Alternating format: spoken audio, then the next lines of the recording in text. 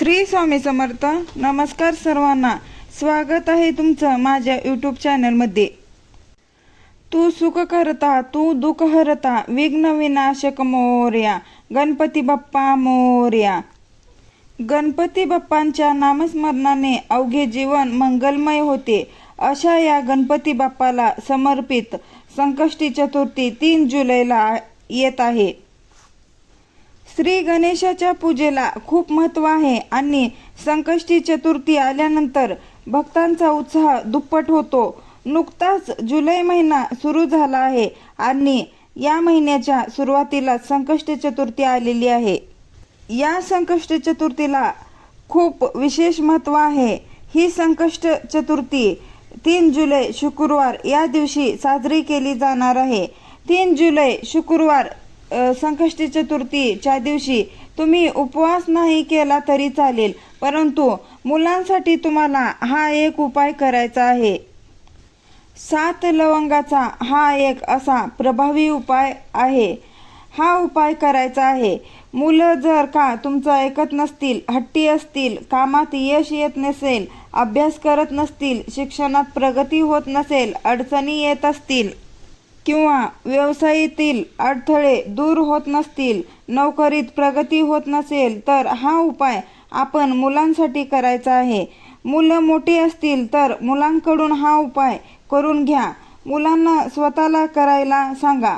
जर मुले लहान असतील तर आईने किंवा वडिलांनी हा उपाय मुलांसाठी करायचा आहे. ही संकष्ट चतुर्थी अत्यंत प्रभावी आहे. ही ज्येष्ठ महिन्याच्या कृष्ण चतुर्थी तिथीला येते. यावर्षी संकष्ट चतुर्थीला सर्वार्थ सिद्धी योग आला आहे, ज्या दरम्यान गणपती बाप्पांची पूजा केली जाते.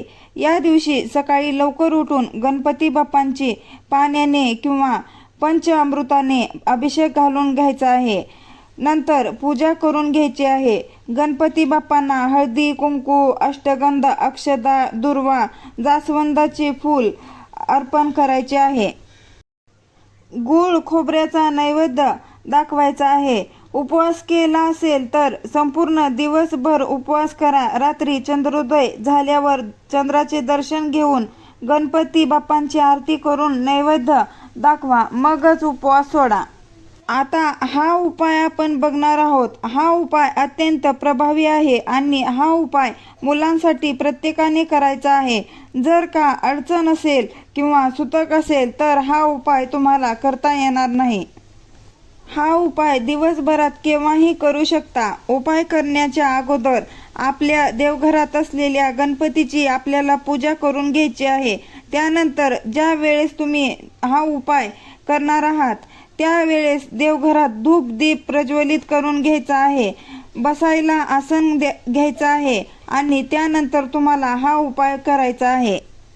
हा उपाय करण्यासाठी तुम्हाला 7 लवंगा घ्यायच्या आहेत. त्यानंतर तुम्हाला देवघरासमोर बसायचे आहे. हातात या 7 लवंगा घ्यायच्या आहेत आणि तुम्हाला गणपती बाप्पाला नमस्कार करून तुम्हाला मुलांची जी काही अडचण असेल, जी काही समस्या असेल त्यासाठी तुम्ही हा उपाय करत आहात ही समस्या सांगून तुम्हाला 7 वेळा गणपती अथर्व शीर्षाचं पठण करायचं आहे.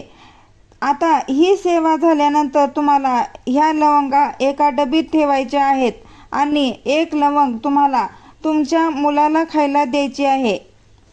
त्यानंतर ही डबी तुम्ही तुमच्या देवघरात ठेवा. दुसऱ्या दिवशी पुन्हा ह्या डबीतून 1 लवंग काढून तुम्हाला तुमच्या उजव्या हातात घ्यायची आहे.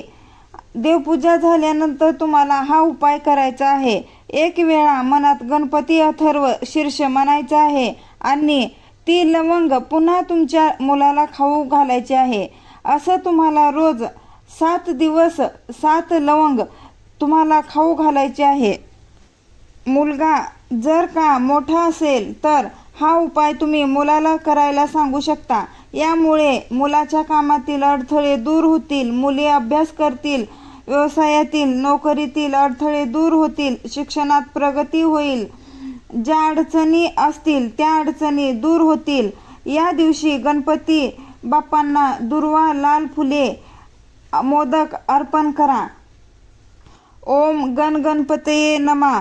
या मंत्राचा 108 वेळा जप करा. व्हिडिओ आवडला असेल तर व्हिडिओला लाईक करा, शेअर करा आणि सबस्क्राईब करा. धन्यवाद.